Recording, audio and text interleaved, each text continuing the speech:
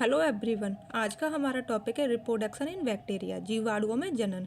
ये इस टॉपिक का तीसरा पार्ट है। इससे पहले मैंने इसके दो पार्ट्स बनाए हैं। फर्स्ट पार्ट में मैंने इसके अलैंगिक जनन के बारे में बताया था और दूसरे पार्ट में हमने इसके लैंगिक जनन का जो फर्स्ट जो विधि थी, संयुग्मन विधि या कंजुगेशन विधि, उसके बारे में जाना था। इस पार्ट में हम इसकी जो दूसरी विधि है, रूपांतरण विधि या ट्रांसफॉर्मेशन विधि के बारे में जानेंगे। ये तीनों इसकी सेक्सुअल जो रिप्रोडक्शन होता है, इसकी तीन विधियाँ होती हैं। अभी दूसरी विधि है, इसका एक वीडियो और आएगा जिसमें हम इसकी तीसरी विधि के बारे में जानेंगे।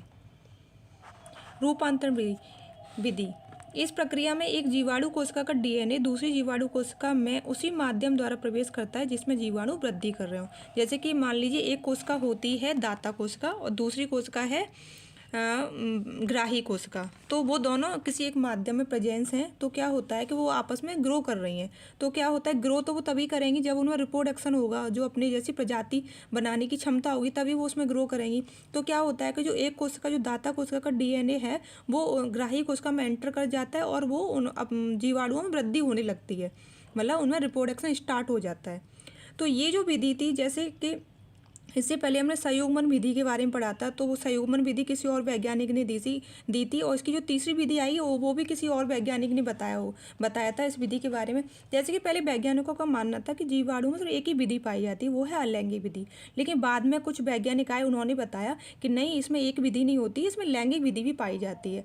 फिर क्या हुआ, फिर लैंगिक विधि के अंदर भी तीन जो विधियाँ थी उनके बारे में वैज्ञानिकों ने बताया कि फर्स्ट में बताया कि संयुग्मन विधि भी पाई जाती है जिसमें जो जेनेटिक मटेरियल है वो एक्सचेंज होता है आपस में। और फिर जो तीसरी विधि, अभी दूसरी जो विधि है, इसके बारे में जो हमारे तीन वैज्ञानिक थे, एवेरी, मैक्लियोड तथा मैकार्टे ने प्रयोगशाला में जो लैब है उसके अंदर एक्सपेरिमेंट करके बताया कि इसमें रूपांतर विधि भी होती है। जो जीवाणु होते हैं वो ग्रो करने के लिए रूपांतर विधि भी पाई जाती है उनके अंदर।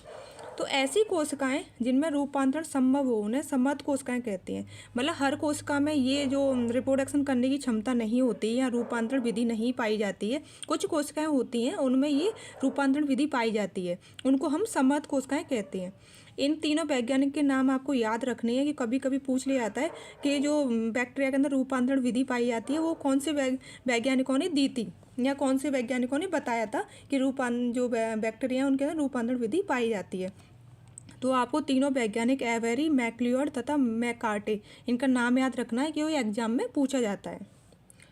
तो डीएनए रज्जु का वह भाग जिसमें रूपांतरण करने की क्षमता होती है उसे रूपांतरण कारक कहते हैं। जैसे कि मैंने बताया कि हर डीएनए के हर भाग में रूपांतरण करने की क्षमता नहीं होती, ऐसी सारी सेल्स में रूपांतरण करने की क्षमता नहीं होती, कुछ सेल्स होती हैं जो रूपांतरण करती हैं।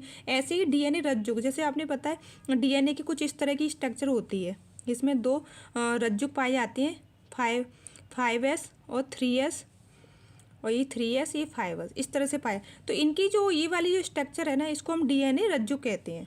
ये डीएनए रज्जुक होता है, डीएनए रज्जुक होता है। इसको हम जो ये जो भाग होता है इसको हम लोग रूपांतरण कारक कहते हैं। रूपांतर के प्रथम चरण में बहिर्जात डीएनए कौन सा है, जो दाता कोशिका का जो डीएनए का जो पार्ट है बाहर निकल के आ गया है, जिससे रूपांतर कारक के रूप में प्रयोग किया जाएगा, जिसको हम लोग रूपांतर कारक के रूप में यूज करेंगे। जो भाग है डीएनए का जिसको हम लोग यूज करेंगे, वो जो भाग क्या करता है, जो पार्ट है डीएनए का वो क्या करता है, वो जीवित जीवाणु कोशिका में प्रवेश कर जाता है। जो ग्राही कोशिका होती है, जीवित जीवाणु कोशिका कौन सी, ग्राही कोशिका है, उसके अंदर एंटर कर जाता है। उसके बाद क्या होता है, जीवाणु कोशिका में स्थित अवशोषण केंद्रों, जो ग्राही कोशिका होती है उसमें अवशोषण केंद्र पाए जाते हैं अथवा कोशिका भित्ति में उपस्थित सूक्ष्म छिद्रों द्वारा।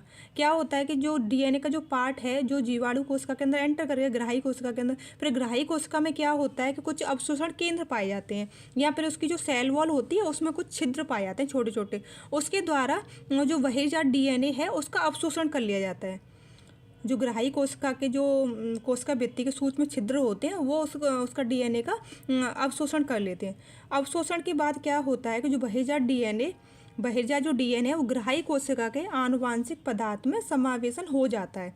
आनुवांशिक पदार्थ मतलब जेनेटिक जो मेटेरियल होता है ग्राही कोशिका का, उसमें वो मिल जाता है, बहिर्जात डीएनए मिक्स हो जाता है। जिसके बाद क्या होता है कि एक नया गुणसूत्र बनता है ना, रूपांतर गुणसूत्र बनता है नए प्रकार का। रूपांतरित कोशिका की इस अवस्था को द्विगुणित कहते हैं, क्योंकि क्या होता है कि जो नए प्रकार का डीएनए बनता है तो जो कोशिका है, ग्राही कोशिका, वो द्विगुणित हो जाती है कि उसमें दाता कोशिका का भी डीएनए आ गया है, डीएनए का थोड़ा सा भाग आ गया है, तो वो कोशिका डिप्लॉयड हो जाती है। इस कोशिका में विभाजन, इस कोशिका इसके विभाजन के बाद क्या होता है, जो द्विगुणित कोशिका होती है उसके विभाजन के बाद क्या होता है कि उसमें नहीं, जो द्विगुणित कोशिका होती है उसमें डिवीजन स्टार्ट हो जाता है। उसके बाद क्या होता है कि 2 डॉटर सेल्स का निर्माण होता है। वो जो दोनों डॉटर सेल होती हैं वो अगुणित होती हैं, दोनों डॉटर सेल हैं वो अगुणित होती हैं। अगुणित को हम इंग्लिश में हैप्लॉइड बोलते हैं। जब डीएनए दाता कोशिका का जो डीएनए का जो पार्ट है ग्राही कोशिका में मिलता है तो जो कोशिका है डिप्लॉयड हो जाती है। फिर उसमें डिप्लॉयड कोशिका डिवीजन होता है। उसके बाद क्या होता है, वो कोशिका द्वारा से हैप्लॉइड हो जाती है, अगुणित हो जाती है। जीवाणु कोशिका रूपांतरण की प्रक्रिया कुछ विशेष परिस्थितियों में ही प्रदर्शित करती हैं। कुछ विशेष परिस्थितियाँ क्या होती हैं कि उनके अकॉर्डिंग सूटेबल वातावरण को मिले, टेम्परेचर मिले या होता है, तो वो जो परिस्थितियाँ होती हैं उनके सूटेबल होती हैं, उस परिस्थिति को हम लोग सामर्थ्य अवस्था कहते हैं।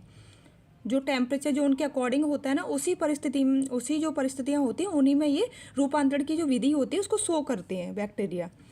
परंतु उच्च तापमान तथा परावैंगनी विकर्ण आदि की उपस्थिति में कोशिका में रूपांतरण की क्षमता लुप्त हो जाती है। क्या होता है कि जब ज़्यादा हाई टेम्परेचर होता है या धूप ज़्यादा होती है या अल्ट्रावायलेट किरणें ज़्यादा निकल रही होती हैं, तो ऐसी स्थिति में जो बैक्टीरिया होते हैं ना वो रूपांतरण की विधि को शो नहीं करते हैं, वो ख़त्म हो जाती है। और सामान्यतः क्या होता है, जब रूपांतरण की जो प्रक्रिया होती है उसके लिए बैक्टीरिया को 29 से 32 डिग्री सेल्सियस टेम्परेचर की आवश्यकता होती है। 29 से 32 डिग्री सेल्सियस टेम्परेचर पर ही रूपांतरण होता है या रूपांतरण के लिए अनुकूल समय होता है। अब ये सारी प्रोसेस को हम एक डायग्राम की हेल्प से जानेंगे। ये डायग्राम है, ये जो आपको फ्रेगमेंट्स दिख रहे हैं, ये जो फ्रेगमेंट्स हैं ये दाता कोशिका के फ्रेगमेंट्स हैं, दाता कोशिका के हैं। और ये है आपका ग्राही कोशिका। ये देखिए अब इसमें क्या हो रहा है, ये सेकंड पार्ट में ये जो पार्ट है ये दाता कोशिका का जो डीएनए था, बहिर्जात डीएनए, वो ग्राही कोशिका के अंदर एंटर कर गया है और ये ग्राही कोशिका का डीएनए है। उसके बाद क्या होता है, ये जो कोशिका है ये डिप्लॉयड हो जाती है, ये कोशिका डिप्लॉयड हो गई। और उसके बाद क्या होता है, फिर इस कोशिका के अंदर डिवीजन होता है। उसके बाद 2 संतति कोशिकाएं बनती हैं, ये डॉटर सेल का निर्माण हो गया, डॉटर सेल। अब ये दोनों जो डॉटर सेल हैं वो हैप्लॉइड होती हैं, ये दोनों डॉटर सेल हैं वो हैप्लॉइड होती हैं। इस प्रकार से ये ट्रांसफॉर्मेशन की जो प्रोसेस है वो कंप्लीट होती है। अगर आपको वीडियो पसंद आता है तो आप वीडियो को लाइक करें एंड शेयर करें एंड चैनल को सब्सक्राइब करें। Thank you so much.